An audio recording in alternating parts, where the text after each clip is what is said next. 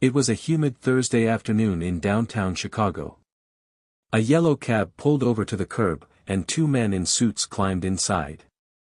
The driver, a quiet, serious-looking woman wearing sunglasses and a navy cap, greeted them with a nod before starting the meter. The younger man, David, sat in the front, clearly uncomfortable. His boss, Mr. Whitmore, a senior executive at a tech firm, barked directions from the back seat. 5 minutes into the ride, Whitmore suddenly shouted, "Hey!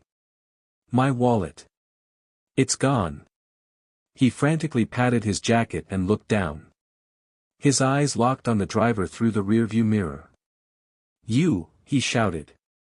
"You stole my wallet." Maya, the driver, didn't flinch. She kept her eyes on the road, calm and collected.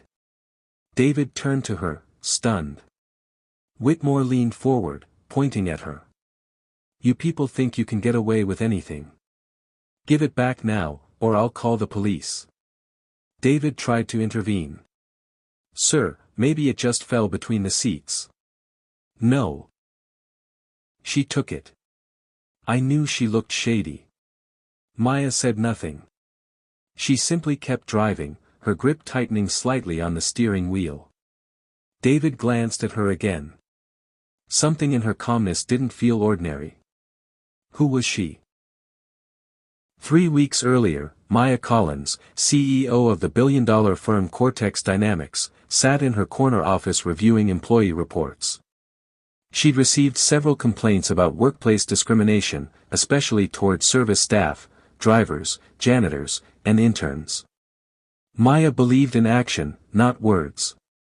So, she decided to go undercover, dressing down, tying her hair back, wearing cheap sunglasses, and joining the company's internal transport team. She spent weeks driving executives and staff across town. She listened. Observed. Took notes. She saw how people treated those they thought were beneath them. Mr. Whitmore had been on her list from the start. There were whispers of his arrogance and entitlement, but nothing confirmed. Until today. As he shouted accusations in her cab, she remained composed. She didn't want to humiliate him, not yet. She just wanted to see how far he'd go. The wallet was in his inner coat pocket all along. David would later find it wedged between the seatbelt and his chair. But Whitmore didn't apologize. He just grumbled, "Fine, guess I was wrong," and stormed out when they reached the office. David stayed back for a moment. "I'm sorry," he said quietly. "He shouldn't have spoken to you like that." Maya finally spoke. "Thank you." David paused, then asked, "You're not really a cab driver, are you?" Maya gave a faint smile. "You'll find out soon enough." The next morning, the Catex Dynamics boardroom was filled with tension. Executives shuffled their papers, checking their watches. A few whispered about a surprise leadership announcement. David, still puzzled by yesterday's cab ride, stood in the corner, unsure of what to expect. Suddenly, the door opened. Everyone stood. And in walked the woman from the cab, no longer wearing sunglasses or a cap, but a tailored navy blue suit and a commanding presence.